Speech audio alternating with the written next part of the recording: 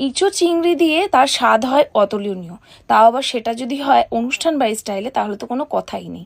চলো রেসিপিটা দেখে নেওয়া যাক। এখানে ইঁচড় কেটে এনে নুন হলুদ জলে ডুবিয়ে রাখলাম। চিংড়িটাও নুন হলুদ মাখিয়ে রেখে দেবো।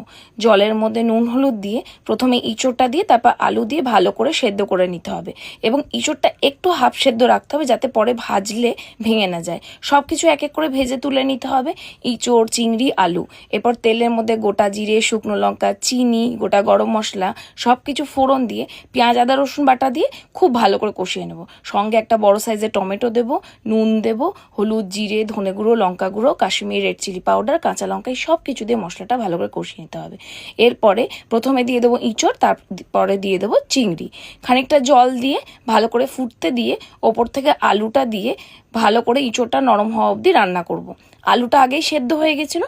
নামানোর আগে ঘি, গরম মশলা আর ধনেপাতা দিয়ে নামালে ইঁচড় চিংড়ি